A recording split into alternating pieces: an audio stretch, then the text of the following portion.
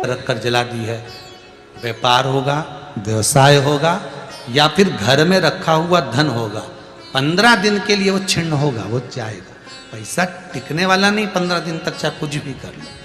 नमस्कार भक्तों, हर हर महादेव। आज की इस वीडियो में हम पंडित प्रदीप जी मिश्रा द्वारा जानेंगे कि दिया जलाते समय कौन सी गलती नहीं करनी चाहिए जिससे हमारे घर से माता लक्ष्मी, कहने का मतलब है कि धन दौलत जाने लगता है।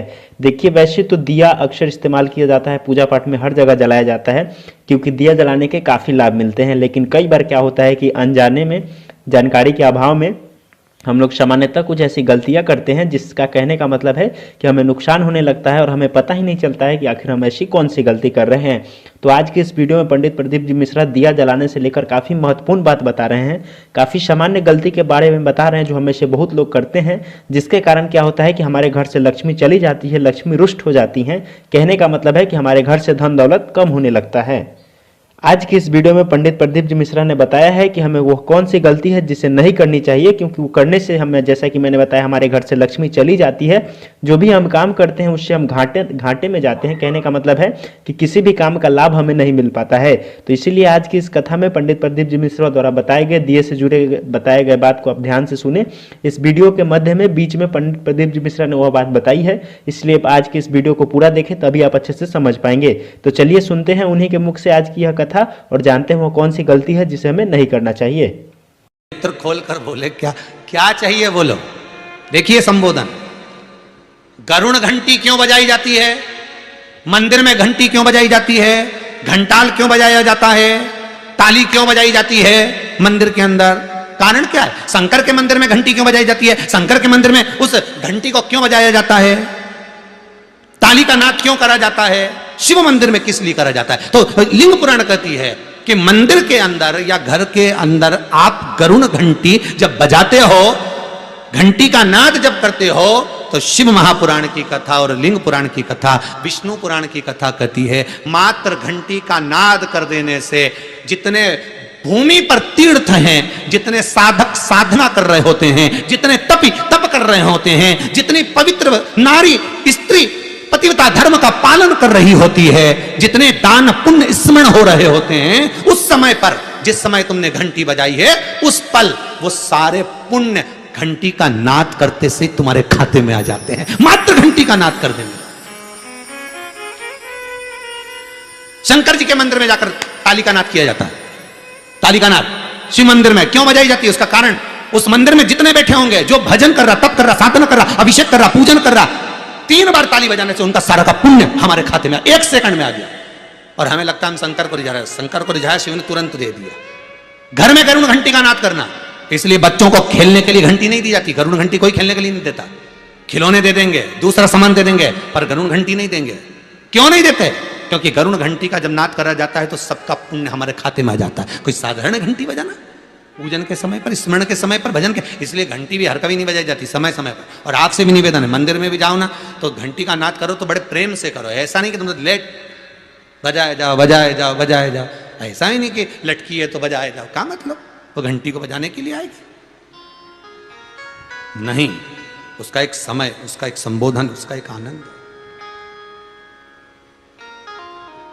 कई मंदिरों में मंदिर का पट बंद हो जाता है, दरवाजा बंद हो जाता है, तो भी लोग घंटी बजा देते हैं। दोष, दोष।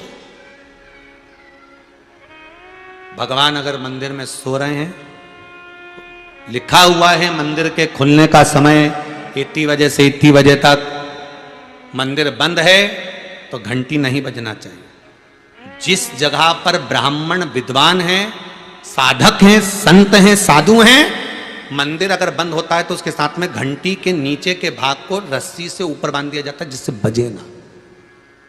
क्यों? कहते हैं अगर भगवान अगर विश्राम कर रहे हैं, सो रहे हैं, निंद्रावश हैं या पट बंद है, उस समय पट बंद का समय है और घंटी का अगर नाद हो जाए तो कहते हैं 11 ब्राह्मण के भूखे रहने का दोष लग जाता है जीव को, मात्र घंटी बजा देने पर, अगर भगवान विश्राम कर रहे हैं। भगवान विश्राम अवस्था में है, पट बंद है, दरवाजा बंद है, और लिखा हुआ है समय, मंदिर खुलने का समय 11 बजे से इतनी बजे तक, मंदिर बंद होने का समय इतनी बजे से इतनी बजे तक, और उस बीच में तुमने तो देख लिया कि पट बंद है, तुम तो आ गए, तुमने तो मन में सोचा हम तो इंदौर से आए, हम तो भोपाल से आए, हम तो वहां से आए, हम तो वहां से आए, और भगवान का मंदिर बंद है तो क्या हुआ, हम तो घंटी तो बजाएंगे, तो बजा ले जा। 11 ब्राह्मण भूखे रहने का दोष तुम्हारे खाते में। कितना सुंदर कहा है। शंकर भगवान को बेलपत्र चढ़ी हुई वापिस चढ़ सकती है, पर किसी भी देवता पर कोई फूल पुष्प आपने चढ़ाया, कोई पुष्प आपने चढ़ाया, ठंड का समय है या बारिश का समय है, पुष्प जो चढ़ाया हो सकता है कि मुरझाया नहीं हो, होता है ना ऐसा कभी कभी कि पुष्प मुरझाया नहीं हो, या उसमें ताजगी हो, सुंदर दिख रहा हो, बहुत अच्छा हो, और वो पुष्प चढ़ा हुआ तुमने अगर एक बार उठा लिया, उतर गया, उतरने के बाद फूल कितना भी सुंदर हो, फूल कितना भी ताजा दिखे, पर वो देवता को समर्पित नहीं हो सकता। भले उसमें सुंदरता है। ठंड के दिनों में कई फूल ऐसे भी रहते हैं, भगवान के सामने आपने एक बार चढ़ा दिया, चढ़ाने के बाद वो रखे रहते हैं तो ऐसा लगता है कि बिल्कुल ताजे से दिख रहा है, तो कई माताओं की आदत रहती है उन्हीं फूल से वापिस श्रृंगार कर देती है, या उन पुष्प की रंगोली बनाकर भगवान के सामने डाल देती है, पर वो गलत है, वो गलत है। जिस दिए में बाती लगी हुई है, बाती पूरी जल चुकी है, उसकी राख या उसका काला थोड़ा सा भाग दिए के अंदर रखा है, और आपने दूसरी बाती रखकर उसको जला दिया, तो वो जलाया गया जो भाग है लक्ष्मी को क्षीण कर देता है। 15 दिन तक व्यापार ठीक नहीं चल सकता। एक बार प्रैक्टिकल करके देखना। दिए के अंदर अगर कोई बाती जल गई, जलने के बाद ठंडी हो गई, ठंडी होकर उसमें राख पड़ी हुई है, या उसके अंदर कोई काला सा आप गोल बत्ती लगाते तो काला का एक भाग काला काला सा जला हुआ उसके अंदर रह जाता है। कई लोगों की आदत रहती है कि अब शाम का टाइम तो है, उसको कौन हटाए, उसी में अपन दूसरी बत्ती रख दो, जला दो, उसी में रखकर दूसरी बत्ती जला दो,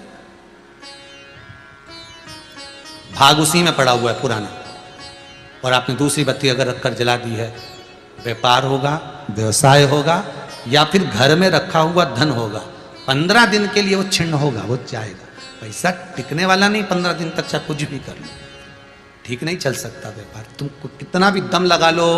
कई लोग कहते भी होंगे कि हमारी दुकान तो 8 दिन तो अच्छी चलती है, 8 दिन के बाद नए क्या हो जाता है, 15 दिन अच्छी चलती, 15 दिन के बाद ना जाने क्या हो जाता है। तो उसमें गलती ढूंढो कि हम गलती क्या कर रहे हैं। नहीं तो व्यापार तो अच्छा चल रहा है, ग्राहक भी आ रहे हैं, सब कुछ होता है। जब 15 दिन ग्राहक आते हैं तो 15 दिन क्यों नहीं आते, 8 दिन ग्राहक आते हैं तो 8 दिन क्यों नहीं आते, उसके पीछे तुम्हारा कोई कारण होगा। फिर अपनी गलती को ढूंढो कि हमारी गलती क्या बोले।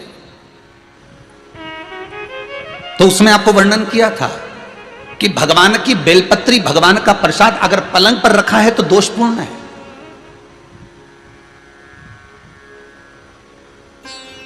वो दोषपूर्ण है।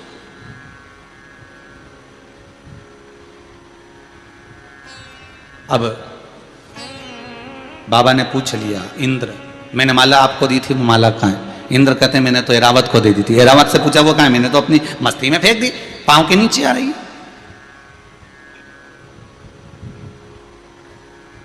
मैं तुझे श्राप देता हूं इंद्र, तो तेरी सत्ता के विमुख होगा।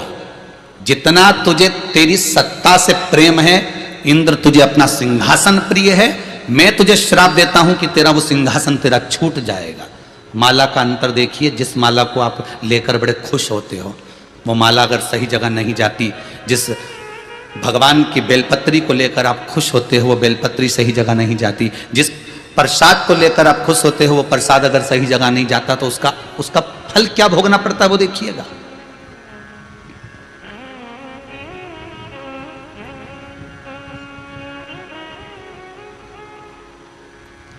एक कथा आपको सुनाते हैं, वो कथा नहीं है, हमारे जीवन का प्रत्यक्ष उदाहरण है। प्रत्यक्ष उदाहरण।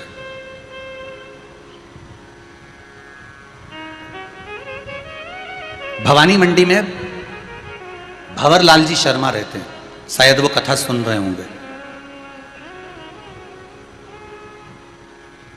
वो कथा सुन रहे होंगे, ये मुझे विश्वास है।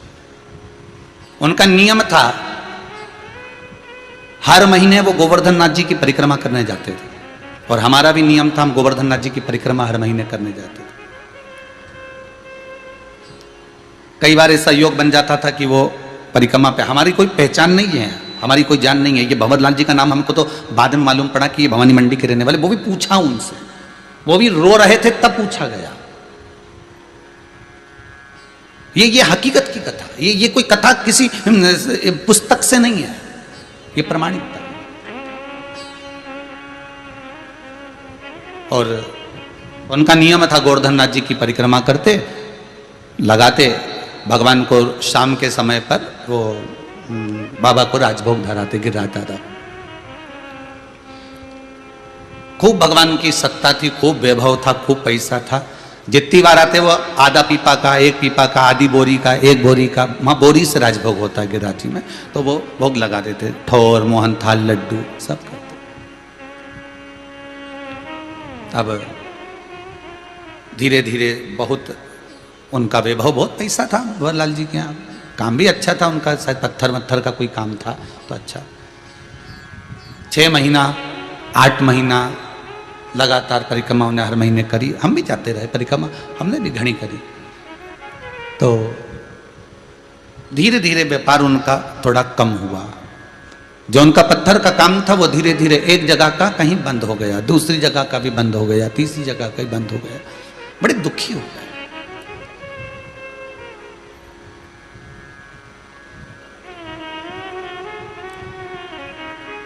पूंछरी के लोटे के पहले मुकुट शिला आती है, उस मुकुट शिला पर हम बैठे हुए थे और ये भैया निकल कर जा रहे थे, और आज ये दोनों पति पत्नी की आंख में आंसू भरे हुए थे परिक्रमा करते करते। अब मुख से निकल गया, भैया आप कौन हो, क्यों रो रहे हो, और वो भी गिरिराज दादा की शरण में रो रहे। जब व्यक्ति भगवान की शरण में रहता है, भोलेनाथ की शरण में रहता है, ठाकुर की शरण में रहता है, मेरे कृष्ण की शरण में रहता है, मेरे गोवर्धन नाथ जी की शरण में रहता है, मेरे राम की शरण में रहता है, तो उसकी आंख में तो आंसू आना ही नहीं चाहिए, फिर आप क्यों रो रहे।